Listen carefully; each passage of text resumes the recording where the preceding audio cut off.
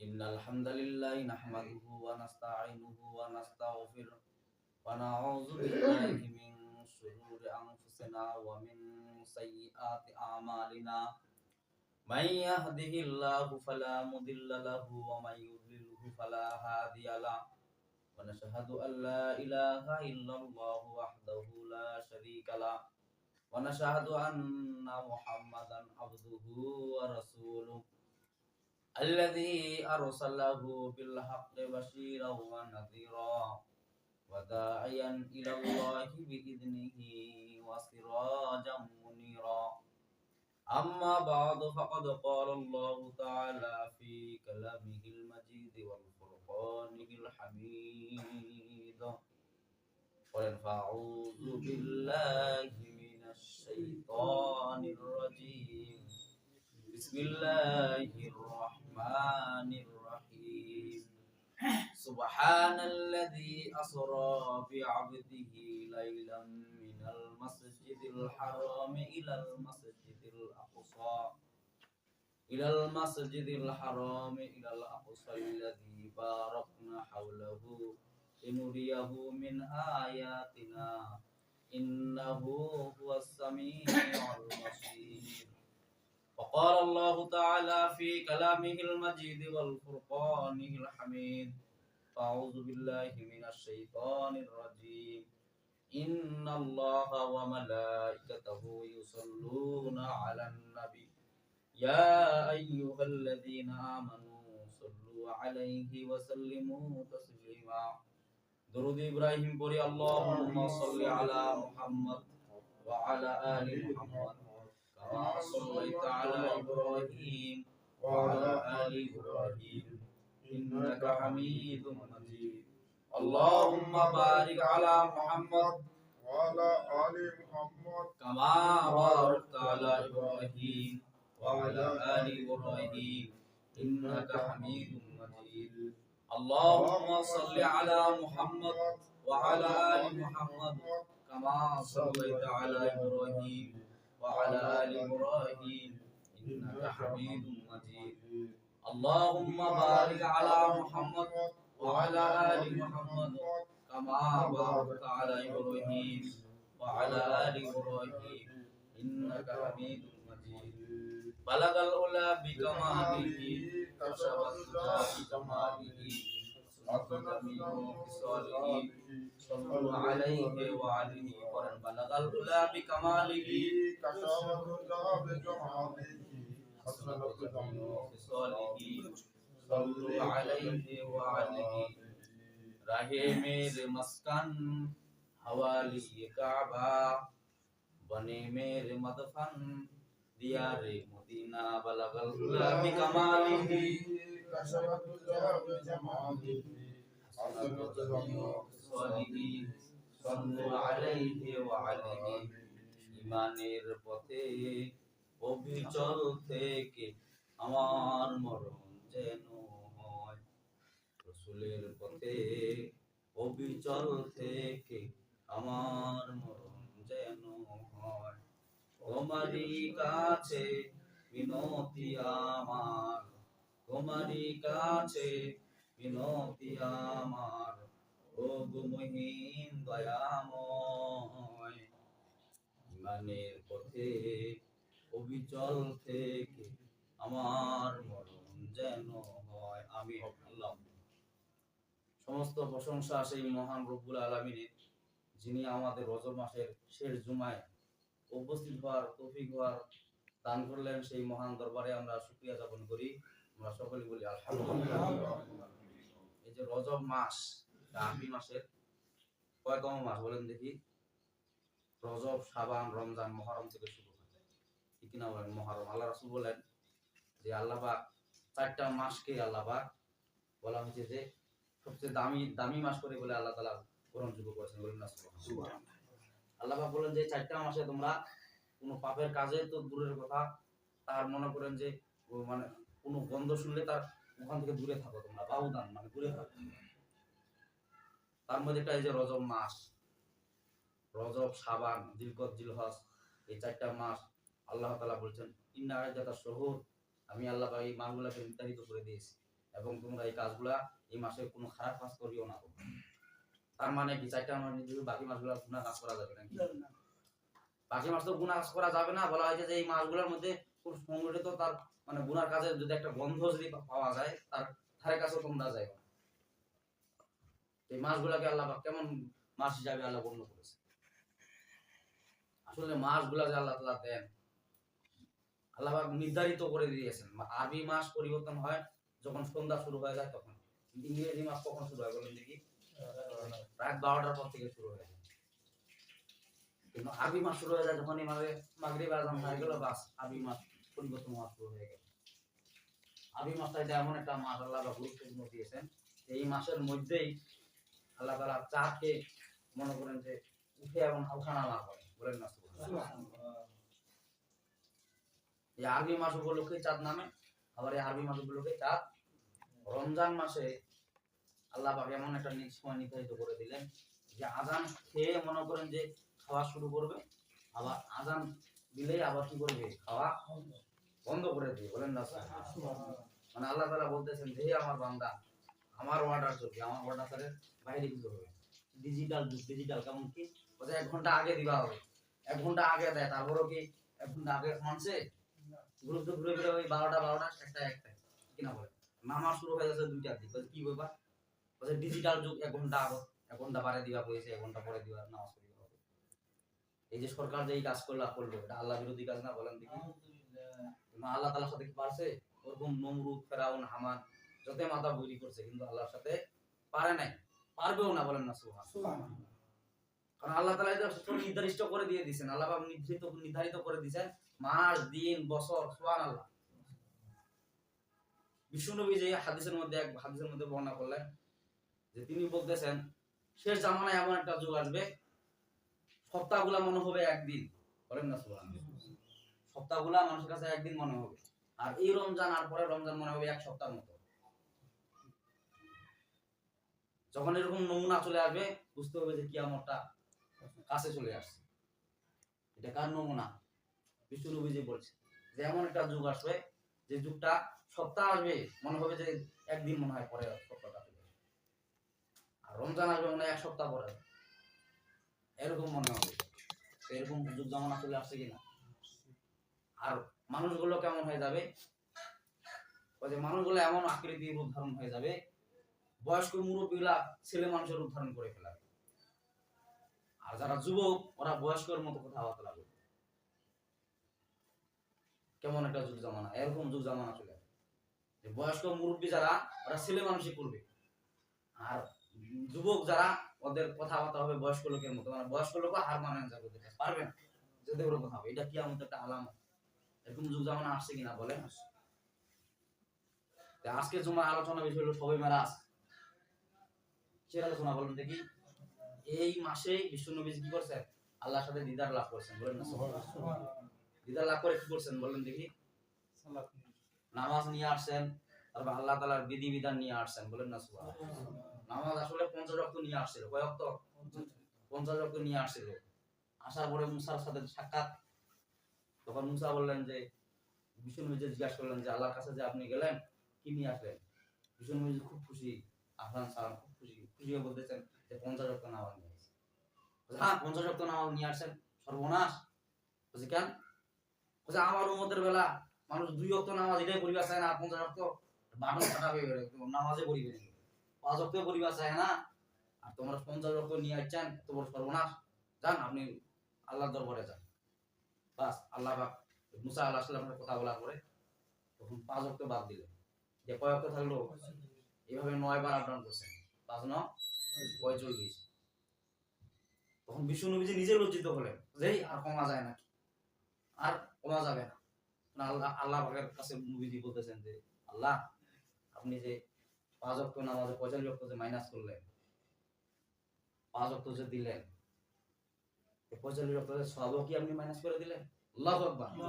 আমরা তো মনে করেন যে পরেরটা ভাবি না, খালি আগেটা। এই টাকা দেছি এত, বেতন দেছি এত, ওর মর্যাদা কি এত থাকে নাকি? কি যে পরিমাণে মেডিসিন দিচ্ছে ওই পরিমাণে কাজ করবে, ঠিক না? একটু বেশি কাজ করবে না। কিন্তু আল্লাহ রাসূল দেখেন কত বড় উম্মতের প্রতি কত দরদ, বলতেছেন যে আল্লাহ আপনি যে 25 ওয়াক্ত যে নামাজে মাইনাস করে দিলেন, দেওয়ার পরে কি না 25 ওয়াক্ত নামাজের সওয়াব কি মাইনাস করে দিলেন? আল্লাহ পাক কুদরতি 15 হাসা শুরু করে দিলেন, 86 শুরু করে দিলেন। সুবহানাল্লাহ। যে হাবিব আপনাকে আমি ভুলি নাই, আপনার কথাগুলো ভালো লাগে দেখে তো আপনার আমি খতামুন আমি সাইয়্যিদুল মুরসালিন বলে আখ্যায়িত করেছি, বলেন না সুবহানাল্লাহ। বললেন যে হাবিব 50 ওয়াক্ত নামাজ আপনাদের উম্মতদেরকে আমি দিছি, আমার বান্দাদেরকে আমি দিছি, কিন্তু 45 ওয়াক্ত নামাজ মাইনাস করেছি ঠিক আছে, কিন্তু সওয়াব মাইনাস করে নি, বলেন না সুবহানাল্লাহ। কোন বান্দা যদি 5 ওয়াক্ত নামাজ নিয়মিত জামাতের সহিত আদায় করে 50 ওয়াক্ত নামাজের সওয়াব তার আমলনামায় দিয়া দিব, বলেন না সুবহানাল্লাহ।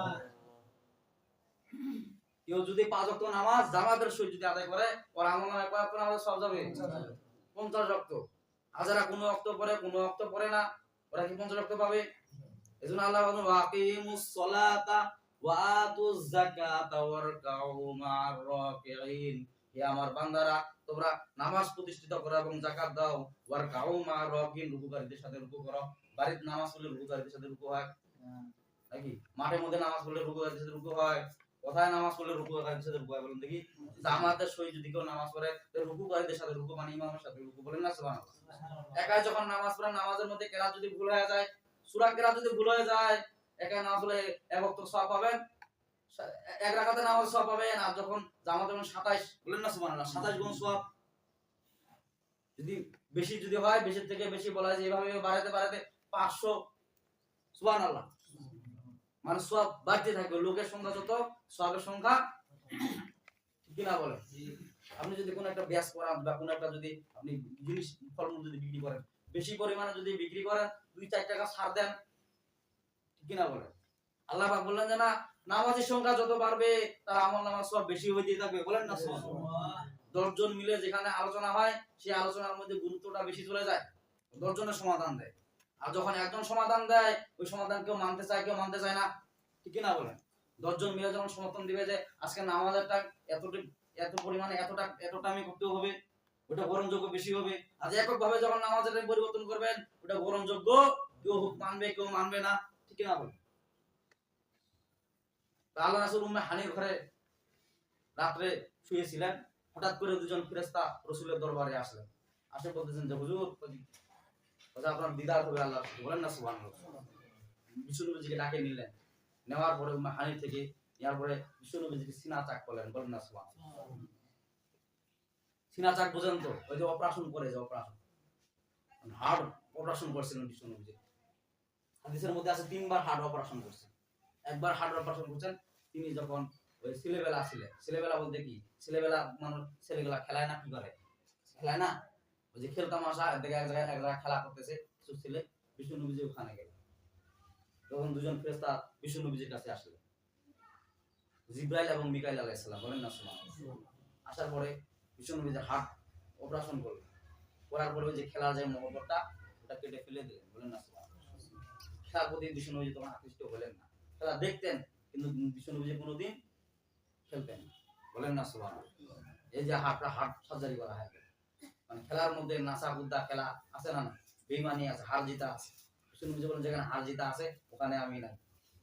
আর যেখানে মনে খালি জিতাই পাওয়া যায়, মানে কি সওয়াবে সওয়াব, নামাজ পড়লে কি লস না লাভ, নেক আমল করলে লস না লাভ, লাভই লাভ। লাভ যেখানে বিশ্বনবী সেখানে, ওখানে তো হার জিতা মানে সময় নষ্ট। বিশ্বনবী বলতেছেন যে সময় নষ্ট ওখানে, তারপরে মনে কাজের মধ্যে নষ্ট, তারপরে মনে করেন যে আবার উল্টা হইলে আবার মারামারি আছে না, ব্যাট দিয়ে একজন আরেকজনের ফাটাই দেয়, মারামারি, এই বেটা তুই জানিস মুই মুক্তি আছে দিচ্ছি, ওই আমি মুক্তি আছে এরকম আছে না, মারামারি আছে। আবার কেউ বাজি ধরেও খেলায়। এই জন্য বিশ্বনবী হার্ট সার্জারি করার পরে ওই খেলার মহব্বতটা কাটাই দিল। আরেকবার যুবককালে বিশ্বনবীদের হার্ট অপারেশন করা হয়েছে, নারীর প্রতি যে একটা আসক্ত যুবকদের প্রতি থাকে, সে হার্ট সার্জারি করে নবীজির হার্ট সার্জারি ধরে দিলেন তাদের বিবিদের কাছে, বলেন না সুবহানাল্লাহ। মানে বিবির প্রতি আকৃষ্ট করে দিলেন, কোন নারীর প্রতি আকৃষ্ট করে দিলেন না, বলেন না সুবহানাল্লাহ। বিশ্বনবীজি এক সাহাবী উম্মে মাকতুম রাদিয়াল্লাহু তাআলা অন্ধ সাহাবী, বিশ্বনবীর অন্ধ সাহাবী, তিনি বাসায় ছিলেন। দুইজন মহিলা বিশ্বনবীজির দরবারে আসলেন। তখন নবীজি বলতেছেন উম্মে মাকতুমকে, হে উম্মে মাকতুম তুমি পর্দা গ্রহণ করো, তুমি পর্দা আড়ালে চলে যাও। উম্মে মাকতুম বললেন যে হুজুর আমার তো অন্ধ, আমি তো অন্ধ সাহাবী, আমি তো মহিলাদেরকে দেখতে পাবো না। বলছে মহিলাদেরকে দেখতে পারো না কিন্তু মহিলা তো তোমাদেরকে দেখতেছে, বলেন না সুবহানাল্লাহ, মানে গুনাহ তোমার আমলনামায় চলে যাবে। বলছে দেখতেছে আকৃষ্ট হবে। তখন বিশ্বনবীজি উম্মে মাকতুম বলেন যে হুজুর আপনারও তো, আপনিও দেখলে তো গুনাহ হয়ে যাবে, কারণ আপনি তো যুবক মানুষ। বলছে না আমার ওটা আল্লাহ কাট মাইনাস করে দিয়েছে, আল্লাহ তাআলা মাফ করে দিয়েছে, বলেন না সুবহানাল্লাহ। বিশ্বনবীজি যদি দেখতে তা গুনাহ হতো না, বলা যায় সওয়াবই হইতো আমলনামায়। বিশ্বনবীজির কেমন তাহলে চোখের দৃষ্টি আল্লাহ দান করেছেন, বলা যায় যে বিশ্বনবীর জিসম মোবারক গোটা মোবারকটাই জান্নাতের মাটি দিয়ে তৈরি করেছেন। যার কারণে বিশ্বনবীজি লাইটিং করতো, শরীরটা কি করতো, লাইটিং করতো। আর কিছু বেদাতে বলতো যে নবীজি নূরে তৈরি করা হয়েছে, ওরা যেন লাইটিং করে, আমার সাথে লাইটিং করে না। নবীজি শরীর লাইটিং করে, তার মানে কি ওকে নূর দিয়ে বানানো হয়েছে, যেন নূরের নবী বলতে হবে। কিন্তু বিশ্বনবীজি বলেন যে না, আমাকে মাটি দিয়ে তৈরি করেছে। মাটির তৈরি যারা, আমি তোমাদের মতো খানা খাই, তোমাদের মতো বিয়ে করেছি। আর নূর, নূর যারা, নূরের তৈরি কারা বলেন দেখি? ফেরেশতা হলো নূরের তৈরি, আর মাটি তৈরি আগুনের তৈরি। আগুনের তৈরি কারা বলেন দেখি? জিন হলো আগুনের তৈরি। আল্লাহ পাক জিনকে আগুনের তৈরি তৈরি করেছেন, মানে ওরা কি আগুন, আগুন উপর থেকে যায় না নিচ দিকে যায়? এইজন্য তো আল্লাহ যে ফেরেশতা আগুনের তৈরি ছিল, সে বলতেছে মাটি তো নিচের দিকে, আমি তো আগুন, আমি তো উপরের দিকে যাব, ওকে আমি কেমন করে সিজদা করি বনি আদমকে, ঠিক না? ওকে সিজদা করতে পারবো। এইজন্য নূর বিশ্বনবী গোটা জিসম মোবারকটা মানে লাইটিং করতো। এবং বিশ্বনবী প্রস্রাব করলো, পেশাবটা ঘ্রাণ করতো। ঘাম যখন ঝরতো, উম্মে সালমা রাদিয়াল্লাহু তাআলা আনহা বিশ্বনবীর ঘাম সংগ্রহ করতেছেন। নবীজি বললেন যে হে উম্মে সালমা, তুমি আমার ঘাম সংগ্রহ করতেছো কেন? নবীজি বললেন যে হুজুর, উম্মে সালমা রাদিয়াল্লাহু তাআলা আনহা বললেন হুজুর আপনার ঘাম মোবারক এত সুগন্ধ করতো, এটা আমি ব্যবহার করলে মানুষ খুব আকৃষ্ট হয়ে যায়, বলেন না সুবহানাল্লাহ। বিশ্বনবীজি বললেন হে জিবরাইল, জিবরাইল আমার কাছে এসে বললেন যে যারা নারী, তারা যেন ঘ্রাণ ব্যবহার না করে, তাদেরকে এমন কিছু জিনিস ব্যবহার করতে হবে যেটা দেখা যায় কিন্তু ঘ্রাণ পাওয়া যায় না। আর পুরুষদের জন্য এমন কিছু জিনিস ব্যবহার করতে হবে ঘ্রাণ পাওয়া যাবে, মাগার দেখা যাবে। তার মানে এটা কি? মেহেদি হলো, মেহেদি জিনিস হলো মহিলাদের জন্য, এটা পুরুষদের জন্য মেহেদির ঘ্রাণ আছে নাকি? ওটা দেখা যায় কিন্তু ঘ্রাণ পাওয়া। নবীজি আরো বলেছেন কোন নারী যদি ঘ্রাণ সংগ্রহ করে, ঘ্রাণ যদি শরীরের মধ্যে লাগায়, সে যদি রাস্তাঘাটে চলাচল করে, আর যুবক যদি আকৃষ্ট হয়, যত পরিমাণে যুবক আকৃষ্ট হবে তত পরিমাণে জেনারগুলো তার আমলনামায় চলে যাবে, বলেন না? ঘ্রাণ এইজন্য পুরুষদের জন্য আসলে ঘ্রাণ, কারণ পুরুষের শরীর মনে করেন যে ওরা সবসময় মাঠে ঘাটে থাকে, কাজ কাম করে, ওদের শরীরে একটা দুর্গন্ধ আসে। আর মহিলারা তো পর্দা কিনা বলে। আর যারা যে মহিলারা মনে করেন যে মাঠে ঘাটে কাজ করে, ওটা মহিলা না, মহিলা জাত না, ঠিক কিনা বলে? বিশ্বনবীজি ওখান থেকে সিনা চাক করার পরে বিশ্বনবীজি ওটা ধৌত করা হলো। বিশ্বনবীজি বলতেছেন যে আমার কে যেন সিনা চাক করতেছে, আমি বুঝতে পারতেছি সিনা চাক করতেছে। আর ওখান থেকে আমার সিনাটা চাক করার পরে ওখানে জমজমের পানি দিয়ে আমার সিনাটাকে ধৌত করে দিলেন। জিব্রাইলকে জিজ্ঞাসা করলেন হে জিব্রাইল, আমার সিনা চাক করা হচ্ছে কেন? জিবরাইল আলাইহিস সালাম বলেন যে হুজুর আপনি সিদরাতুল মুনতাহা পাড়ি দিয়ে আল্লাহর সাথে দিদার করবেন, এজন্য আপনার সিনা তাক করা আছে, কারণ আমি ওখানে যেতে পারবো না। এত পরিমাণের ভোল্টেজ পাওয়ার আপনার আমি অন্তরে ঢুকাই দিচ্ছি, আপনার একটা পশমও পুড়ে যাবে না, বলেন না সুবহানাল্লাহ। কারণ আমি সিদরাতুল মুনতাহার উপরে যাইতে পারবো না, আপনি যাইতে পারবেন। আমি যদি যাই আমার 450 পাকা পুরো সারকার হয়ে যাবে, কিন্তু আপনার একটা পশমও পর্যন্ত পুরা যাবে না। এইজন্য ওই পরিমাণের ভোল্টেজ আপনার ভিতরে দেওয়া হচ্ছে, বলেন না সুবহানাল্লাহ। মানে ব্যাটারির ভিতরে যদি একটা 12 ভোল্টেজ যদি থাকে পাওয়ার, সে কি 16 ভোল্টের কাজ করতে পারবে? ওরকম বিশ্বনবী যে 12 ভোল্টের আছে, আর আল্লাহ ওখানে দিতে গেলে 1000 ভোল্টের পাওয়ার লাগবে। সে 1000 ভোল্টের পাওয়ার বিশ্বনবী যে সিনা চাক করে ভরাই দিলেন, বলেন না সুবহানাল্লাহ। এজন্য কি সিদরাতুল মুনতাহা পাড়ি দিয়ে বিশ্বনবী যাইতে পারছেন, বলেন না সুবহানাল্লাহ। এমন একটা বরাকের মধ্যে চললেন, সেই বরাকটা এমন বরাক, খচ্চরে তাতে ছোট গাধার মতো বরাকটা। জিবরাইল আলাইহিস সালাম বিশ্বনবীজি বলতেছেন যে বরাকটা চলাকালীন আমি যত দূর তাকাই তত দূর সেকেন্ডের মধ্যে চলে যায়, বলেন না সুবহানাল্লাহ। কেমন বরাক আল্লাহ দিল। এই বরাক থেকে আবিষ্কার করছে রকেট, এই যে কি বিদ্যুতের গতিতে রকেট চলে যায়, ঠিক কিনা বলে? ওরকম ওই বদিক দিয়ে ফলো করে দেখতেছে গিরি সিদরাতুল মুনতাহা বিশ্বনবীজি গেল কেমন করে। আগের লোকে সাহাবীরা বিশ্বাস করতো, কিন্তু যারা আবু জেহেল মার্কা তারা কোনদিন বিশ্বাস করে না। হ্যাঁ, এটা গাঁজাখড়ি কথা। বলে কেমন করে? বলে এত পুরো আসমান কিংগিরে চলে যায়, যেতে পারবে কেউ? তখন যে রকেট আবিষ্কার করলেন, দেখাই দিলেন যে দেখ হয় না। আর তখনকার যুগে যদি যখন রকেট আবিষ্কার করা হয় নাই, যখন হেলিকপ্টার আবিষ্কার হয় নাই, তখন যদি বলা হয়তো যে 8-10 ঘন্টার মধ্যে সৌদি আরব যাওয়া যায়, মাঝে বলতে যে হুজুরের মাথা খারাপ হয়ে গেছে, গাঁজা খাইছে বোধ হয়, বোধ মাথা খারাপ হয়ে গেছে, ওই জন্য উল্টা উল্টা বলতেছে। আর এখন বিশ্বাস করবে কিনা, ঠিকই তো 8-10 ঘন্টার মধ্যে সৌদি আরব পৌঁছে গেছে, ঠিক কিনা বলে। আর তখনকার যুগে লোক বিশ্বাস করতো। তো বিষ্ণু নবীজি সিনা ত্যাগ করার পরে বলা হয় যে মসজিদুল হারাম থেকে তিনাকে নেওয়া হইলো মসজিদুল আকসার মধ্যে যখন নিয়ে যাওয়া হলো, তখন সমস্ত পয়গম্বরকে আল্লাহ পাক ওখানে উপস্থিত হওয়ার জন্য ঘোষণা দিয়ে দিলেন। যখন ঘোষণা হয় না, এলাম না আপনারা অমুক সময় থাকবেন, অমুক সময় আলোচনা হবে, এরকম হবে। বিষ্ণু নবী যে আসবেন, পাওয়ারফুল নবী, তার মানে কি পাওয়ারফুল নবী, প্রধান আকর্ষণ, যিনি জান্নাতের মধ্যে কি করবেন বলেন দেখি, হ্যাঁ জান্নাতের মধ্যে বিষ্ণু নবী কুরআন তেলাওয়াত করবেন, বলেন না, মানে বক্তা তিনি নিজে স্বয়ং। প্রধান আকর্ষণ বক্তা যখন আসে, লোকজন বেশি হয় না কম হয়? দ্বিতীয় বক্তা তৃতীয় বক্তা ফেল, মানে দাউদ আলাইহিস সালাম হলেন তৃতীয় বক্তা, তারপরে দ্বিতীয় বক্তা কোন ইব্রাহিম, প্রধান বক্তা হলেন বিষ্ণু নবীজি জান্নাতের মধ্যে। আর সভাপতি স্বয়ং আল্লাহ তাআলা নিজেই। এখনকার সভাপতি তো খালি মানে গুদাগুদি করে মাহফিল, এটা পাওয়া যাবে না, এটা কথা পাওয়া যাবে না, রাজনীতি করা যাবে না, এটা করা যাবে না, ওটা যাবে না। অথচ রাজনীতি আল্লাহ পাক বিষ্ণু নবীজিকে মেরাজের রাতেই দিয়েছেন, বলেন না সুবহানাল্লাহ। খালি নামাজ দেন নাই, রাজনীতিও দিয়েছে। তার মানে কি আমরা দেশ পরিচালনা কিভাবে চালাবেন আমার কাছ থেকে নিয়ে যান, ওই অনুযায়ী আপনি কোরআন রাষ্ট্র চালাবেন, ঠিক না? আল্লাহ পাক সেই কথা বলেছেন, ওয়া মাল্লাম ইয়াহকুম বিমা আনজালাল্লাহু ফাউলাইকা হুমুল কাফিরুন। আল্লাহু আকবার। আল্লাহ পাক বলেন, হে রাসূল, ওয়া মাল্লাম ইয়াহকুম বিমা আনজালাল্লাহ, যারা কোরআন হাদিস দিয়া যারা দেশ পরিচালনা করে না, ফাউলাইকা হুমুল কাফিরুন, তারা সলিড কাফের। কোন মুফতি সাহেবের জন্য ফতোয়া রাখে দিলেন না, আল্লাহ পাক সে নিজেই মুফতি সাজে আনে ফতোয়া দিয়ে দিলেন কোরআনের মধ্যে, বলেন না সুবহানাল্লাহ। একবার বলে ক্ষান্ত হলেন নাই, আরো পর আয়াত, আরো 2টা আয়াত কাফের দিলেন। যারা কোরআন হাদিস দিয়া যারা দেশ চালায় না, রাষ্ট্র চালায় না, যারা বিচার করে না, তারা কাফের। পরে আরো আয়াতে আল্লাহ পাক বলেন, ওয়া মাল্লাম ইয়াহকুম বিমা আনজালাল্লাহু ফাউলাইকা হুমুল ফাসিকুন। আল্লাহু আকবার। হে রাসূল, আপনি শুনে নেন, যারা কোরআন হাদিস দিয়া যারা দেশ পরিচালনা করে না, যারা বিচার করে না, যারা ফয়সালা করে না, তারা সলিড কি ফাসিক। ফাসিক মানে কি? ফাসিক ব্যক্তি।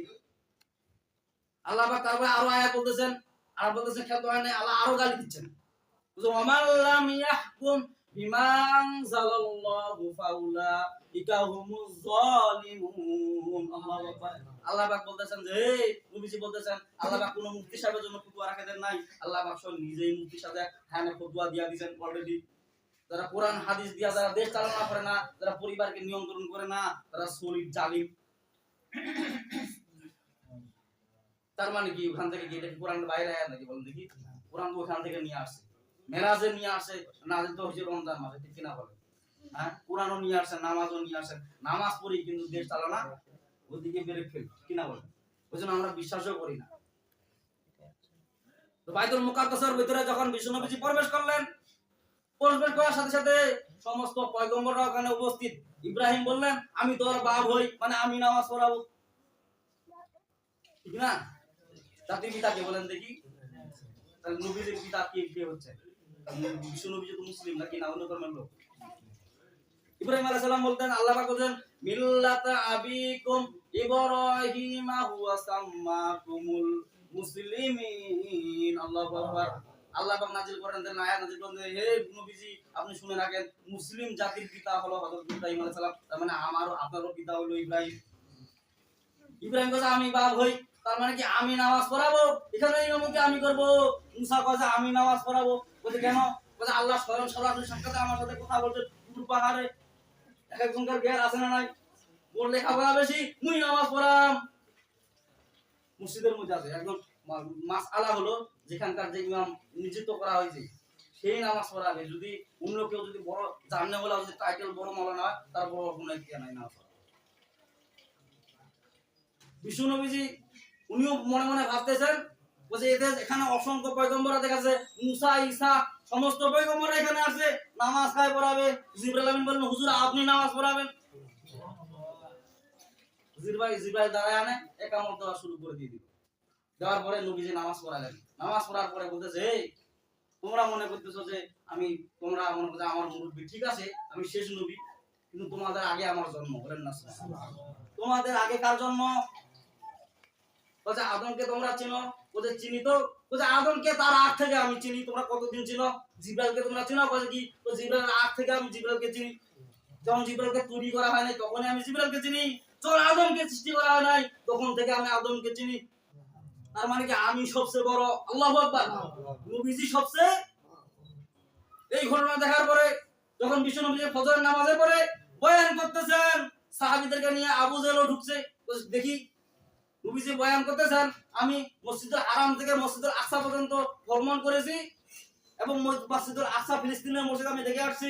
বলেন না সুবহানাল্লাহ। ওটা ছিল আমাদের প্রথম কিবলা, যেটা কিবলা নিয়ে ষড়যন্ত্র করা হচ্ছে, ঠিক না বলেন? নাস্তিকরা বেঈমানরা সেই মসজিদ নিয়ে ষড়যন্ত্র করে, মসজিদুল আকসা নিয়ে, ঠিক না বলেন? সেটা আমাদের প্রথম কিবলা এই মসজিদুল আকসা। সেই মসজিদুল আকসার মধ্যে নবীজি ভ্রমণ করলেন, বললেন যে আমি সমস্ত পয়গম্বরের আমি শ্রেষ্ঠ পয়গম্বর হয়ে ইমামতি করেছি। বলেন না সুবহানাল্লাহ। স্বয়ং জিবরাইল আলাইহিস সালাম ইকামত দিয়েছেন, নামাজ পড়াইছেন 2 রাকাত। কয় রাকাত? 2 রাকাত নামাজ পড়াইছেন। এভাবে এসে মসজিদে বয়ান করতেছেন। আবু জেহেল উদ্দাস হইবা, এরা এসে বলতেছে যে এই তো হুজুরকে আটকে দেওয়া যাবে। তার মানে কি? হুজুরক ব্রেক করে দেওয়া যাবে। হুজুরের মাথা খারাপ হয়ে গেছে। বলে কেন? মসজিদুল হারাম থেকে তিনি মসজিদুল আকসা পর্যন্ত রাতের কিছু অংশ বলে ভ্রমণ করছে। এটা কি বিশ্বাস করা যায় নাকি? গাজাগরি কথা কয়েক কিছু সংকটের মধ্যে সৌদি আরব যায় উপস্থিত হয়েছে। বাংলাদেশ থেকে কয়েক সেকেন্ডের মধ্যে উপস্থিত হয়ে গেছে সৌদি আরব। এই হুজুরের মাথা খারাপ হয়েছে। কয়েক সেকেন্ডের মধ্যে যাওয়া যায় নাকি? হ্যাঁ, আর কয়েক সেকেন্ডের মধ্যে রাসূল বিশ্বনবীজি মসজিদুল হারাম থেকে মসজিদুল আকসা ফিলিস্তিনে নিয়ে গেছে। যখন এইভাবে বলা শুরু করে দিলেন, আবু জেহেল কাছে এই তো ইসলাম থেকে মুসলমানদেরকে বিভ্রান্ত করার জন্য একটা ফতোয়া পাওয়া গেছে। বলে কেন? বলে আজকে দেখ ফজর নামাজ কায় পড়িবা আসে নাই। বলে আবু বকর আসে নাই। বলে আবু বকরের বাসায় চল, যাই কইব হুজুরের তো মাথা খারাপ হয়ে গেছে। বলে কেন? কয়েক সেকেন্ডের ভিতরে তিনি মসজিদুল হারাম থেকে মসজিদুল আকসা পর্যন্ত ভ্রমণ করছে এবং মসজিদুল আকসার মধ্যে বহু রকমের জিনিস দেখছে, তিনি ইমামতি করছে। আবু জেহেল বলতেছে যে চল, উদ্বাস সাহেবরা ওরা গেছে, যা কইছে যে হুজুর আবু বকরকে যা বলতেছে, যা আবু বকর যা বলতেছে, তোমার হুজুরের তো মাথা খারাপ হয়ে গেছে, কোন ইসলাম মানেন তোমরা, কোন কোরআন মানো? বলে কেন? কয়েছে যে উনি যে মসজিদুল হারাম থেকে মসজিদুল আকসা কয়েক সেকেন্ডের ভিতরে যায় উনি ভ্রমণ করে মসজিদুল আকসা দেখিয়েছে। আবু বকর বললেন যে কথা কে বলেছে? কয়েছে নবীজি বলেছে। বলেন না সুবহানাল্লাহ। হযরত আবু বকর রাদিয়াল্লাহু আনহু কান্না শুরু করে দিলেন, বলেন যে নবী যদি বলে থাকে আমি সেই কথা বিশ্বাস করি। বলেন না সুবহানাল্লাহ। সিদ্দিকে আকবর ইবনে কুহাফা রাসূলের রব্বিকাল সায়া সবি। বলেন না সিদ্দিকে আকবর ইবনে কুহাফা রাসূলের রব্বিকাল সায়া সবি। আল্লাহু আকবার। যখন আবু বকর এই কথা বললেন, এই কথা যখন বিশ্ব নবীজির কানে গেলেন, নবীজি বললেন তুমি আবু বকর না, তুমি সিদ্দিকে আকবর। আল্লাহু আকবার। মানে কি আমার যেখান থেকে আমার কোনো কথা পাইলে তুমি সেটা বিশ্বাস করো, তার মানে তুমি সত্যবাদী। সিদ্দিক মানে কি? সিদ্দিক মানে সত্যবাদী। আমার পক্ষ থেকে তুমি যেই কথাটাই পাও সেটাই বিশ্বাস করার জন্য তুমি সিদ্দিক আকবর, মানে সবচেয়ে বেশি সত্যবাদী। বলেন না সুবহানাল্লাহ। তখন আবু জেহেল উদ্বাস সাহেবের কাছে একটা দরবেশ আসলো। দরবেশ আসি বলতেছে যে তোমার হুজুর যদি মসজিদে আকসা যদি যায় ভ্রমণ করে, বলো তো দেখি তোমার হুজুরকে প্রশ্ন করবা মসজিদের আকসার দরজা কয়টা, জানালা কয়টা। দেখলাম হুজুর বেরিয়ে হয়ে যাবে। আচ্ছা কারো বাসায় কেউ যদি মেহমান থাকতে যায়, ওর বাড়িতে কি দরজা বানায় নাকি? বুদ্ধি জানালা বানায়? আমি একজনকার বাসায় দাওয়াত খেতে গেলাম, দাওয়াত খাওয়ার জন্য নিয়ে গেছে, আমি দাওয়াত খেলাম, চলে আসলাম। এই আমি কি দরজা বানাবো? এক খান দুই খান কয় খান দরজা আছে না আছে, এটা কি কোনো টাইম আছে? হ্যাঁ, বিষ্ণু নবীজিকে যা বললেন যে হুজুর, আবু জেহেল বলতেছে মুরব্বী লোক, মানে চাচা হবে, চাচা চাচা সাহেব বলতেছেন এই মোহাম্মদ, আব্দুল্লাহ বেটা মোহাম্মদ, তুমি যদি বাইতুল আকসা দেখে আসো, বলো তো দেখি বাইতুল আকসার মধ্যে কয়টা দরজা আছে, কয়টা জানালা আছে। তুমি বুঝি বলছো এগুলো তো আমি গোনা বাদ যাইনি। আল্লাহ পাক সাথে সাথে সূরা বনি ইসরাইল আয়াত নাযিল করে দিলেন। আল্লাহ পাক বলতেছেন হে রাসূল আপনি বলেন সুবহানাল্লাযী আসরা বিআবদিহি লাইলাম মিনাল মাসজিদিল হারাম ইলাল মাসজিদিল আকসাল্লাযী বারাকনা হাওলাহু লিনুরিয়াহু মিন আয়াতিনা ইন্নাহু হুয়াস সামিউল বাসীর। আল্লাহু আকবার। আল্লাহ পাক আয়াত নাযিল করতে আল্লাহ বলেন সুবহানাল্লাযী, ব্যতিক্রম ধর্ম। আল্লাহ আয়াত নাযিল করেন ব্যতিক্রম ধর্ম, মানে রাসূলের ব্যাপারে শানে আল্লাহ পাক ব্যতিক্রম ধর্ম আয়াত নাযিল করেন। সুবহান, এটা কি প্রশ্ন করতেছে? ওটা আশ্চর্য কোন আমি যদি আল্লাহ করাইতে পারি। আল্লাহ পাক বলেন সুবহানাল্লাযী, ব্যতিক্রম ধর্ম ওই মহাসত্তার, আসরা বিআবদিহি লাইলাম মিনাল মাসজিদিল হারাম, আমার বান্দাকে যদি আমি রাতের কিছু অংশ মসজিদুল হারাম থেকে ইলাল মাসজিদিল আকসাল্লাযী যদি আমি ভ্রমণ করাইতে পারি, তোদের কোনটা পেটের ব্যথা? আমার উম্মতকে আমার বান্দাকে আমি কি দিব না দিব ওটা আমার ব্যাপার, ঠিক না বলেন? ওটা কারো না গোলানো চলবে নাকি? খালি আমি রসুলকে আমি বাইতুল আকসার মধ্যে আনে খালি কিছু ওই মর্যাদা দেনে, তারপরে কি করছি? বারাকনা হাওলাহু লিনুরিয়াহু মিন আয়াতিনা ইন্নাহু হুয়াস সামিউল বাসীর। আল্লাহু আকবার। আল্লাহ পাক বলতেছেন আল্লাযী হাওলাহু বারাকনা, আমি ওই এলাকাটা মসজিদুল আকসার এলাকাটা বরকতময় আমি করে দিয়েছি এই রাসূলের আগমনে। বলেন না সুবহানাল্লাহ। কোন একটা যখন প্রধান লোক যখন কোন জায়গায় যায় ওই জায়গাটা ধন্য হয়ে যায়, ঠিক না বলেন? বলেন যে আমি বাইতুল আকসাকে ধন্য ছিল না, নবীজি আসার কারণে আমি বাইতুল আকসাকে ধন্য করে দিয়েছি। বলেন না সুবহানাল্লাহ। আর বলতেছেন তোমরা যে এই বিষয়ে যে তোমরা কথাবার্তা বলতেছো, ইন্নাহু হুয়াস সামিউল বাসীর, সেই কথাগুলো আমি দেখনেওয়ালা শুননেওয়ালা। যখন যখন এই কথা বলা শুরু করলেন, মসজিদের আকসার দরজা কয়টা, জানালা কয়টা, যখন এইভাবে কথা বলতেছেন, রাসূল তো কিছু বলতে দেন না, একমাত্র ওহী ছাড়া কার কই ছাড়া আল্লাহ পাক যতক্ষণ পর্যন্ত কিছু বলতে পারেন না, নবী ততক্ষণ পর্যন্ত কোনো কথা। জিবরাইল আমিন নবীর কাছে উপস্থিত, বলা হয়েছে বাইতুল আকসা হাতের মধ্যে উঠাই নিয়া নবীজির সামনে বলতেছে যে হুজুর আপনি জানালা দরজা গোনার কয়টা আছে? নবীজি বলেন আহাদা ইসনা সালাসা আরবা খামসা সিত্তা সাবা সামানা তিসা আশারা। আল্লাহু আকবার। জানালা দরজা গোনে শেষ করার পরে বলতেছে এ আবু জেহেল তুই বাইতুল আকসা দেখে এতগুলা দরজা আছে, এতগুলা জানালা আছে। আল্লাহু আকবার। বলে না আমি কাজা করে প্রশ্ন করব, আমি বিশ্বাস করি না, আমি যা নিজে যা দেখে আসবো সে নিজে যা দেখে আছে নবী যা বলছেন তাই সত্য হয়ে গেছে। বলেন না সুবহানাল্লাহ। রজব শাবানের বরকত দাও, রমজান এলে গুনাহ ঝরাও। রজব শাবানের বরকত দাও, রমজান এলে গুনাহ ঝরাও। সপ্তাহ গেলে তুমি বরকত দাও, জুমার দিনও তুমি গুনাহ ঝরাও। রজব শাবানের বরকত দাও, রমজান এলে গুনাহ ঝরাও। এই যে রজব শাবান রমজান এই মাসগুলো আল্লাহ পাক বরকত দেয় এবং রমজান মাসে বান্দাকে আল্লাহ একদম স্পেশাল সুলিপ করে দেয়। বলুন সুবহানাল্লাহ। তার মধ্যে কোনো গুনাহ থাকে না। যে রজব শাবান আমাদের সামনে প্রতিবাহিত হচ্ছে, রজব শেষের দিক চলে যাচ্ছে মনে করি। এই মেরাজের রাতে এই ঘটনা এরকম। ওরা যে বিষ্ণু নবী রজব মাসে বেশি বেশি করে নফল নামাজ পড়তেন এবং দান সদকা করতেন, বেশি বেশি করে নফল রোজা রাখতেন। আবার শাবান মাসে ওই একই কাজ করতেন। আর রমজান মাসে আরো বেশি পরিমাণে দানের সংখ্যাটা বাড়ায় দিতেন। কারণ এক টাকা দান করলে কয় টাকা সওয়াব পাওয়া যাবে বলুন দেখি? ওটা টাকা সওয়াব পাওয়া যাবে। কেউ যদি নফল নামাজ পড়ে কোন নামাজের সওয়াব দিবে? ফরজ নামাজের সওয়াব দিবে। এই তো আপনারা তামাম জানেন, কিন্তু দানের সময় খালি ভেজাল করে, ঠিক না বলেন? এজন্য রজব এবং শাবান রমজান মাসে বেশি বেশি করে দান সদকা করার আল্লাহ তাআলা আপনাদের সবাইকে তৌফিক দান করুন। ওয়া আখিরু আলহামদুলিল্লাহি রাব্বিল আলামিন। তাদের সুন্নাত বাকি আছে, সুন্নাত